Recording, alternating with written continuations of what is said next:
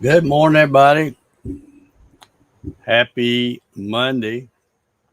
Man, they come around fast, don't they? Let's see who's hanging out with us. Looks like we got a pretty good little crowd out there for a Monday. Y'all mash that thumbs up now here. Let's see. We got Troy Pritchard. He says happy Monday. Thumbs up. Good morning, Troy. Paul Stewart's in the house. Good morning, Paul. Thank you for the thumbs up. Darren Birds is here. I got my little crybaby right here too, in case y'all hear him. Happy Monday, Darren. Dennis Nolan. Hello, it is Monday morning already. Where did the weekend go? I know, right? It's like time in general just flies by. It's the 16th of August. We're already halfway through August already. Cheers flying by. Let's see. Jesse's here. Good morning, Jesse. Monroe is here this morning. Good morning. George Rothfuss says, had a great weekend with the family doing a Lake Michigan road trip. The best weather. Awesome. Glad you had some good weather. We're getting ready to get, we got tropical storm. I think it's a tropical storm now. Fred, which I think just about now is hitting the panhandle of Florida. And the projected path is that it's kind of going to go up through Alabama, which means that yours truly will be on the east side of it, which is the worst side to be on, because then you get the higher winds and rain and all kinds of good stuff. But yeah, been there, done that. Let's see, Steve Gronsky's here. Good morning, Steve. Happy Monday to you. Thomas Graham is here. Good morning. Y'all got to do better on that thumbs up, man. I can't believe you guys just lollygag around when you come in here. Mash that thumbs up. Get her done. My favorite solar man's here. Good morning, Ryan. And thank you, Ryan, for helping me with the live stream Saturday night. Mr. Greg Hamilton's here on Facebook. How you doing, Greg? Good morning to you. Ryan's glamping. Rain here at the campground, he says. Yeah, but what an awesome camper to just sit inside and enjoy the rain. Paul Stewart says, great show on Saturday. Thanks for doing that. Yeah, I hope it helps some folks. That's what, that was the intention, to try to get the people that are stuck at that stage of the build, kind of push them on, but I don't know if we did or not. Bart Bixel, good morning, Bart. Curtis is here this morning. How you doing, Curtis? Welcome to the coffee sessions. Kathy's here this morning. Good morning, Kathy. Happy Monday to you. Ryan says, my pleasure. It's fun to do. All right. Well, I'm glad you enjoyed. You're going to be my go-to guy if we do any more of those, because you got experience. Clyde CNC is here this morning. Good Monday morning to you, Clyde. Marcello's here. Good morning. He says thumbs up. Yeah, we're getting a few more thumbs up. Not many. So many slackers on Monday, I'm telling you. Gary Hammett, good Monday, or good morning, everyone, he says. Good morning, sir. Yeah, it's August 16th already. And it's also for any of you Elvis fans, it's the anniversary of Elvis's passing. He passed in August 16th, 1977. So many years ago. And I don't know if I've told you this story. I probably have, but years ago, I was working with a guy, a good friend of mine. We don't talk much now. He's moved way off, and I've moved way off. But anyway, we used to be, you know, running around the wildlife together. And anyway, he called me one time. Back then, you had to call somebody. There wasn't no text or anything. But he called me and he said, "Hey, I'm going to go see Elvis. He's going to be at Market Square Arena. Do you want to go?" Guy, I got 2 tickets. And I'm like, I'm not really an Elvis fan. But anyway, I decided to go. The guy says, "Here, I got 2 tickets. It's a free ticket if you want to go." I said, "All right, I'll go." So I went. And like I said, I've never been a big Elvis fan. It's not that I didn't like him, but it's just, he wasn't my thing. But I had such a good time at that concert. And if I'm not mistaken, I think if you look it up, I think that was Elvis's very last concert, I think. Market Square Arena in Indianapolis, which Market Square Arena is no longer there. They imploded it. It's long gone. But anyway, yeah. So anyway, I had such a great time that I said, "Hey, let me pay you for that ticket," because that was pretty awesome. But he was quite a sight to see. A little sad there at the end because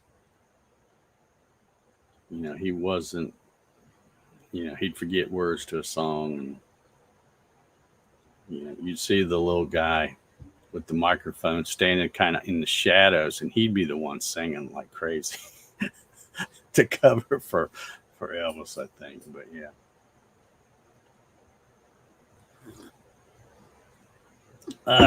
Coffee is tasting good this morning. Clyde says campground had no internet for Saturday night for the show. That's okay. It's still up if anybody wants to watch it. Still there. It's still floating around Facebook too, I think. Good morning, Dave, and everyone. Happy Monday. How you doing, Bill? Hope you're doing well. There's Mark Lindsay, CNC. Good morning, Mark. Hope you're up early to get that shed knocked out. Anxious to see you moved in there. LB Sharp is here this morning. Good morning, LB. Dennis Nolan says, "I saw him in Evansville, Indiana. That stadium is gone now too." Yeah. Yeah, the Kings' final show in Indianapolis at Market Square Arena. Yeah. Yeah, and after, right, because like I said, he died not long after that. Because I think that concert, was it in May or something? I don't know if you're looking that up on Google or something, Gary, but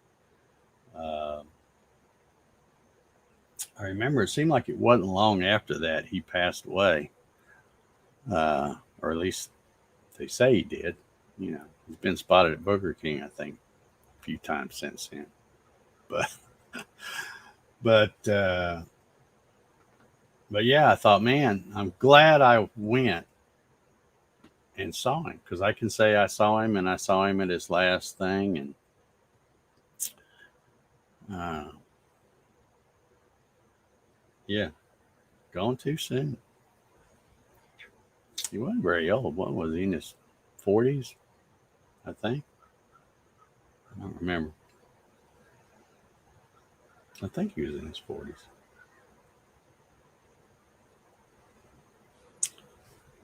Gary Hammett says, if you still had the ticket, it would be worth dollars. Yeah.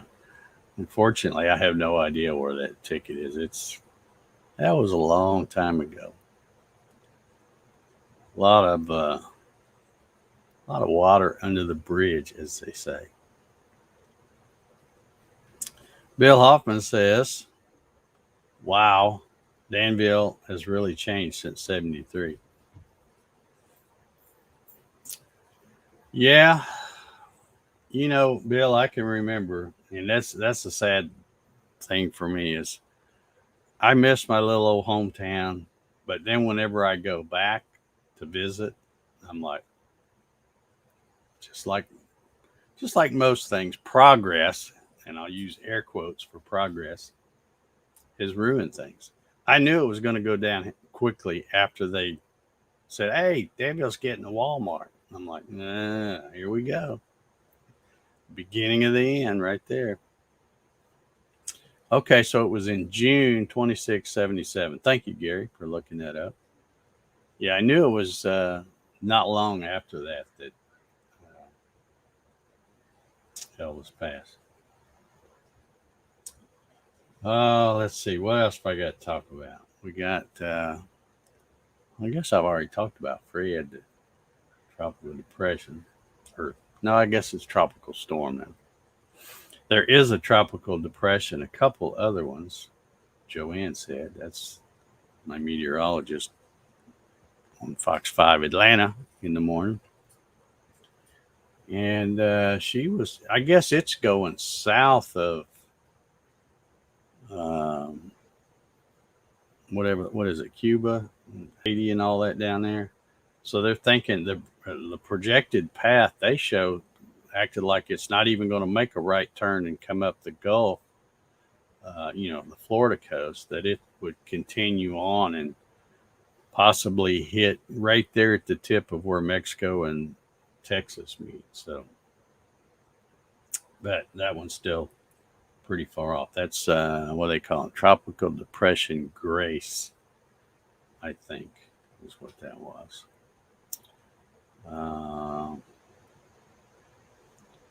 Dennis says, I grew up in Winslow, Indiana. That town has dissolved drastically since the 70s. Yeah. Well, I can remember for a long time after I moved to Georgia, I would go back to visit, usually for a class reunion or something. And I would be so happy because I'm like, man, the old Danville, it hadn't changed. I'm glad the people that are running things are, they're smart. Because Avon, they ruined Avon. Plainfield's huge.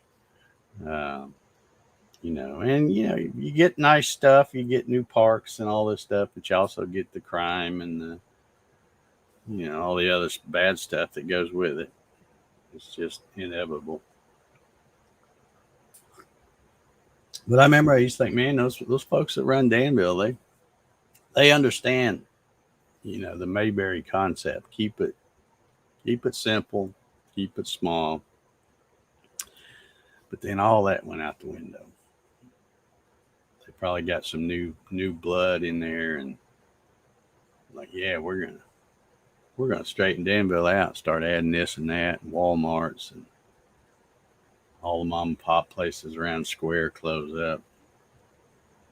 But yeah, it happens everywhere. You know what? There's an old saying, I think, you can't go home, you can't go back home again, or something like that.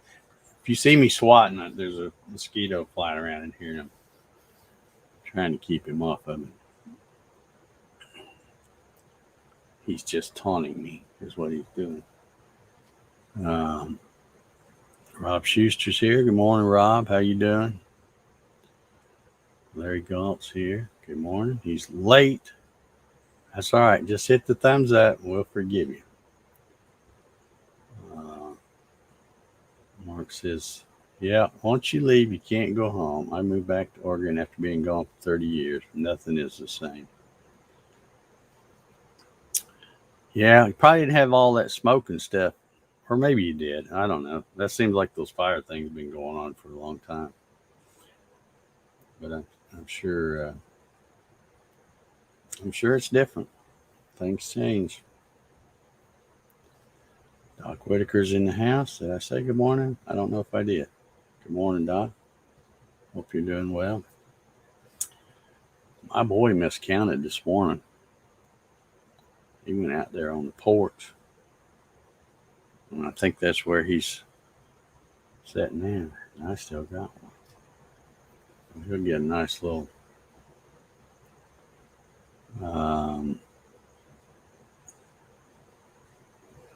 this little treat here in a little bit. Let's see. Darren says, have to love the thumbs up. Yeah. Well, y'all, somebody over there got with it now. We still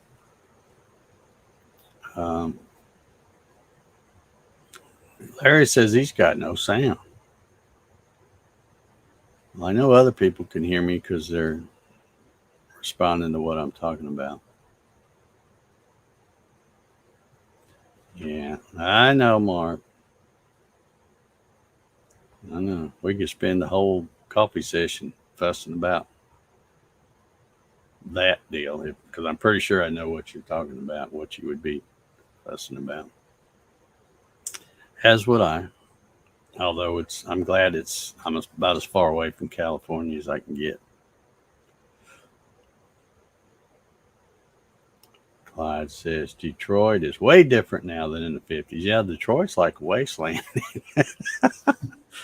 I shouldn't laugh because there's probably people that still live there that love Detroit, but it's pretty much a hole, from what I gather.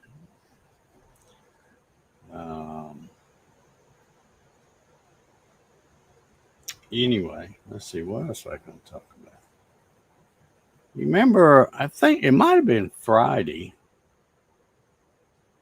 I think it was Friday. There was a commotion outside my shop. And Jack got to barking and running out the door and stuff. Do you remember that? I'm pretty sure it was Friday.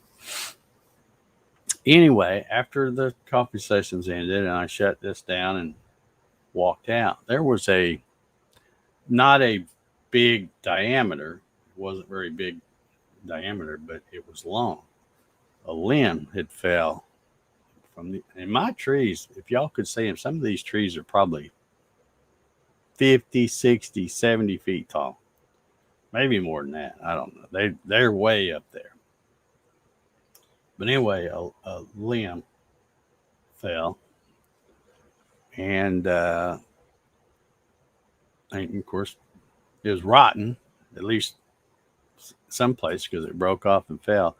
But I went, since it had, just freshly fell on the ground, I went over there and started picking it up. And I thought, well, this spot, I'm knocking on it and stuff. And I'm thinking, yeah, that's pretty good right here. So I brought a piece of it in.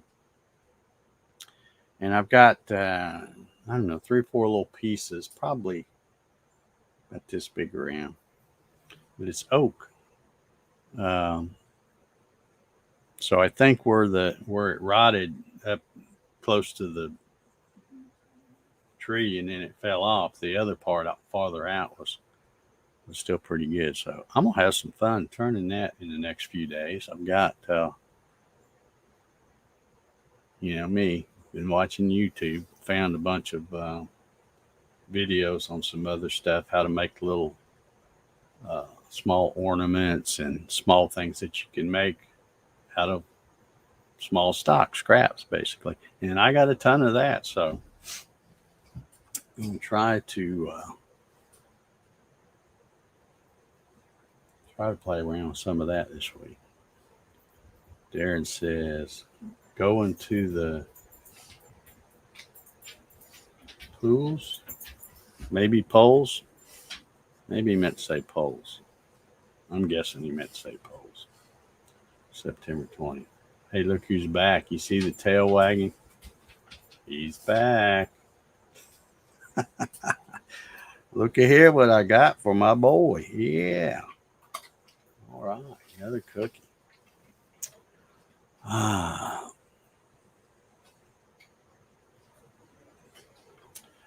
Well, can you turn wood before it is dried? Not the big stuff. Um, and we'll see. I don't know how wet, since it was kind of dead on the other end where it broke and fell off, this felt pretty dry. So,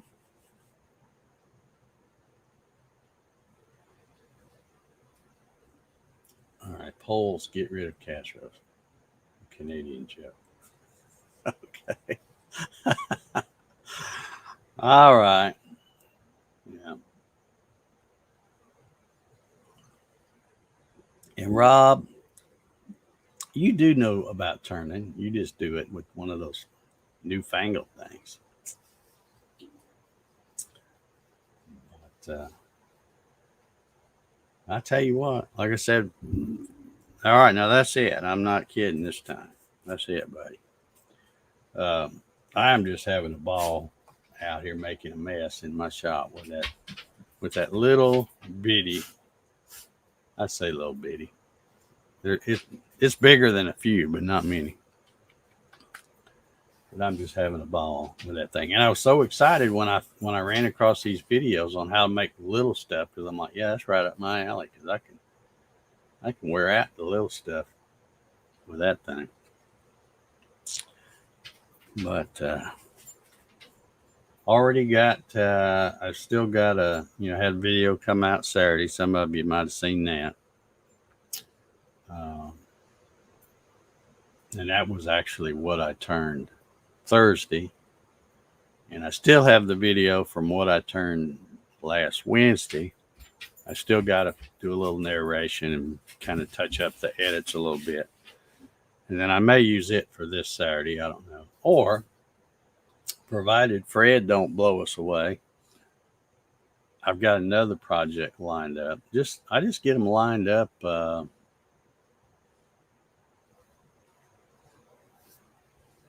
Okay, Dennis says, I had a cheap Harbor Freight lathe and burn up the motor. Haven't bought another yet.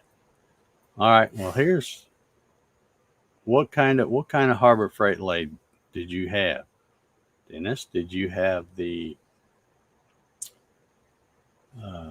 little 10 by 18 bench top, or did you have the 12 by, I think it's 12 by 33 or 12 by 36 or something like that?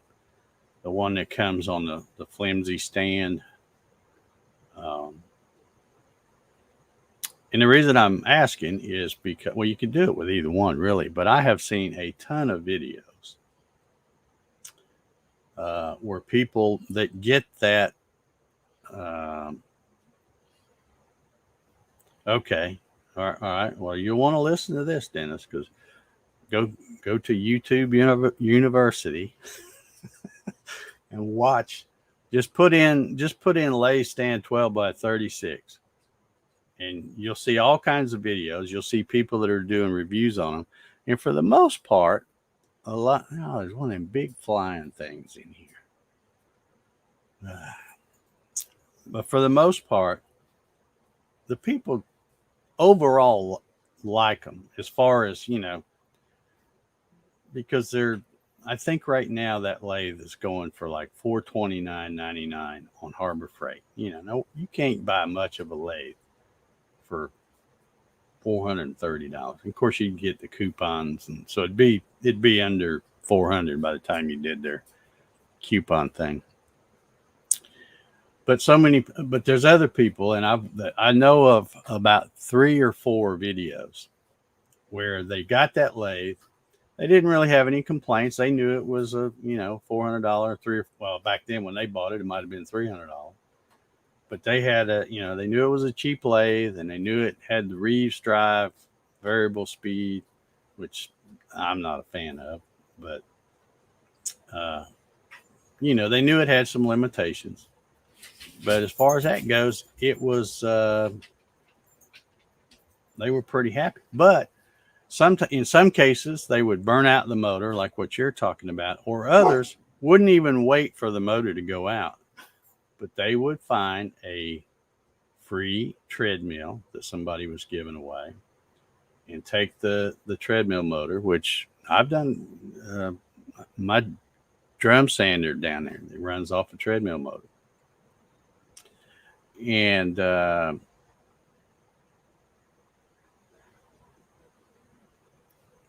Dennis says had an 8-inch swing. Well, we might not be talking about the same one then. We may be talking about a different one, because the one I'm talking about has a 12-inch swing. It comes with that little flimsy stand. But anyway, you can still do the same thing. You can get a treadmill motor, and just for a little bit, you can fix one of those lathes up. This one guy I watched in particular, it was really nice because he got a variable speed controller that's made for these DC treadmill motors. And he added the forward reverse switch. That's the other complaint with that Harbor Freight lathe, is it doesn't have a reverse. So when you're sanding, it's blowing it all right to you because it only spins towards you. And then the other complaint was with the Reese drive. When you turn it on, they say that it would go, minimum speed was 600 and it would go up to 2,400 RPM. But one guy put one of those little tack things on it, like I got right back here, and it was more like 750, which is way too fast to start out if you got something that's out of balance. So that was the other gripe, that you couldn't slow it down more. So these guys, they take a treadmill motor, they buy the little speed controller, or in some cases, the guy would use the one that came with the treadmill, which is bulky because they're not really, they don't really look cool. But these other guys, there's a nice little box you can get. And they had a really nice lathe when they got done, because they could turn it on, they could put it in forward or put it in reverse. They had a little knob like potentiometer, and they'd turn it, and it would, you could get it down to about 80 RPM, which that's plenty slow enough for, like sanding and stuff like that. But yeah, not a bad deal. So for, like I said, right now those are $429.99. So for $430 plus maybe another 50 or so, you can, assuming you can get a free treadmill, which they're out there all over the place. People get them and then don't use them.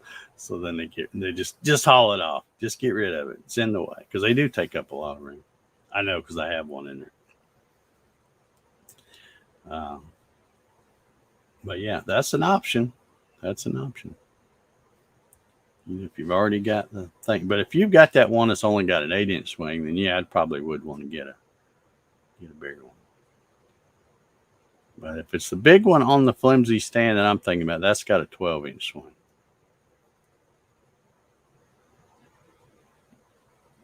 Gary says, I have both of the Harbor Freight ones, and the small one is the better one. Yeah, I think the small one is probably just like the Rockler, the one Rockler sells, the Excelsior, because they look pretty much identical. And I had one of those because that's, I traded Melinda. She got a bigger lathe. I think she got a jet lathe, and she had one of those Rockler lathes, the 10 by 18, I think it is. And she had the extension bed and all that. And anyway, I traded her an air conditioner, and she says, well, I'll trade you this lathe for that air conditioner. And I'd never had a lathe, and it worked great right up until the motor stopped working. The motor's laying, you can probably see it's laying right down there. But that's kind of what got me back then, 5 or 6, 7 years ago. I don't even remember how long ago that was. Kind of got me, because I bought the chuck, bought the really nice Easy Wood Tools chuck. Bought some Easy Wood tools since I didn't know what I'm doing. But Melinda had given me a set of I don't know, they might have been like Harbor Freight tools. They're not real great, but they work. But since I didn't know what I was doing, I bought the 3 easy wood tools, the rougher, finisher, and detailer. And I would do pins. Started out doing pins, and then worked my way up and said, okay, I'm tired of doing pins. So then I did some bottle stoppers. And I'm like, all right, tired of doing bottle stoppers. So then I started doing a few bowls and stuff. But like I said, I was very limited with that one because it was only a 10-inch diameter. And then but when it quit, I was already hooked. And I had a project, I had a bowl I was working on. I'm like, I'm just going to bite the bullet. So I bought that off of Amazon. And I want to say it was like $487, but that was 5 years ago, 4 years. No, I think it was in 2017. So I think it was 4 years ago. But anyway, I enjoy that one. I wish it was a little heavier. I did bolt it to that thing, so it's better, more solid that way. But it's still a little small. All right, my time went up. I got to shut up and get out of here on Monday. Jesse says he's got the Grizzly 16 by 46. Used it once. Man. Get out there and turn something, Jesse.